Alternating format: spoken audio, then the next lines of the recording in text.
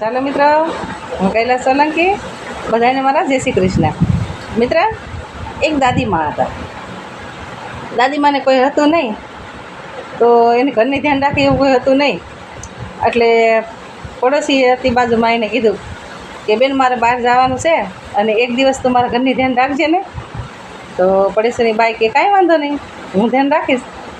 તો એ તો દાદીમા બહાર ગયા અને પડોશીને ઘરની ધ્યાન રાખવા ગઈ.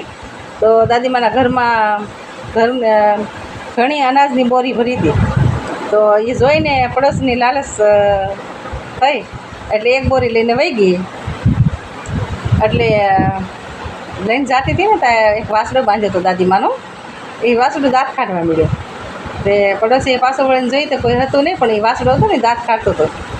તો પડોશીને જઈને એની બોરી એની ઘરે મેલી આવી અને દાદીમા પાસે આવ્યા ને ત્યાં દાદીમા પાસે આવી કે દાદીમા, આ જે વાસડો હતો ને એ દાંત કાઢતો હતો.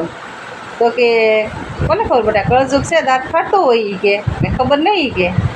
તો એ પડોશીથી રહેવાનું નહીં, વાસડાને જઈને પૂછ્યું કે તું દાંત કેમ કાઢતો હતો. તો ઈશ્વરની કૃપા થઈને વાસડાને જીભાન આવી અને એને કીધું કે પહેલાં જન્મમાં હું માણસ હતો એ કે, અને આ દાદીમા પાસેથી મેં ઉધાર 200 રૂપિયા લીધા હતા અને મારી પાસે 200 રૂપિયા થયા ને તોય મેં આ દાદીમાના દીધા નહીં. કે દાદીમાને કોણ ખાઈ પીવે એવું છે ને એને શું પૈસાની જરૂર છે, એને તો લાખ પૈસા છે, એમ કરીને મેં દીધા નહીં. અને હું મૃત્યુ પામ્યો અને ભગવાન પાસે ગયો ત્યારે ઈશ્વરે મને મુક્તિ દેવાની ચોખ્ખી ના પાડી દીધી કે તારી માથે કરજ છે કોઈનું, અને દાદીમાના તો 200 રૂપિયા દીએ ને પછી તને મુક્તિ મળે. તો દાદીમાની ગા હતી ને એ ગાના વાસડામાં જ મારો જીવ નાખી દીધો અને હું અટાણે આ ધરતી ઉપર સૌ. હવે હું કેદી મોટો થાવ ને કેદી દાદીમાના 200 રૂપિયા દેવાય અને આ કરજ સુખ થાય ને કે દિવસે મને મુક્તિ મળે. તે તો આખી બોરી અનાજની ચોરી લીધી છે, તારું શું થાય?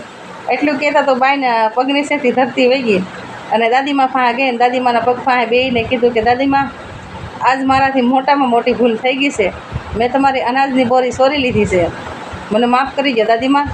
ત્યારે દાદીમાએ કીધું કે જે માણસ ગુનો કબૂલી લે ને એ ગુનો નથી કહેવાતો, અને કાંઈ વાંધો નહીં, તો ધીમે ધીમે મને અનાજના પૈસા દઈ દેજે. એમ કહીને દાદીમાએ એને તો ક્ષમા કરી દીધી. મિત્ર, કોઈ માણસ આપણે ભરોસો મેલ્યો હોય ને આપણા ઉપર અને ભરોસો રાખીને ગયા હોય ને, કોઈ દિવસ કોઈનો ભરોસો તોડાય નહીં. એ તો ન જોવે, પણ ઈશ્વર ઉપરવાળો અવશ્ય જોવે છે.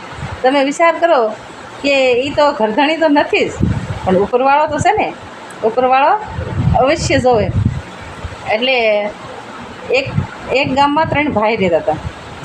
એકનું નામ વિશ્વાસ, એકનું નામ સંસ્કાર અને એકનું નામ ધન. તો ત્રણેયને નોખું પડવાનો સમય આવ્યો ત્યારે ધને એમ કીધું કે હવે આપણે ક્યારે મળશું. તો સંસ્કારે એમ કીધું હું તો સારી સ્કૂલમાં જાય અને સારો જ્ઞાન આપી. ત્યારે ધને એમ કીધું કે હું તો રાજા મહારાજને તેજરીમાં જઈને ધનનો પ્રગટ કરી કે અને બહુ જ ધન દઈશ. ત્યારે વિશ્વાસ કાંઈ બોલ્યો નહીં. તો બેયથી કીધું કે તું કેમ વિશ્વાસ કાંઈ બોલ્યો નહીં. તો કે એક વખત મારો વિશ્વાસ તૂટશે ને તો બીજી વખત હું નહીં આવું. એટલે મિત્ર, કોઈ દિવસ કોઈનો વિશ્વાસ તોડવો નહીં અને કોઈ દિવસ કોઈને વિશ્વાસઘાત કરવો નહીં. ચાલો, મારો વિડીયો તમને કેવો લાગે છે તો મારા વિડીયોને લાઈક, શેર અને ફોલો જરૂર કરી લેજો મિત્ર.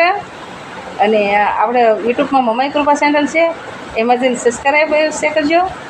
બધાને મારા જય શ્રી કૃષ્ણ, રાધે રાધે.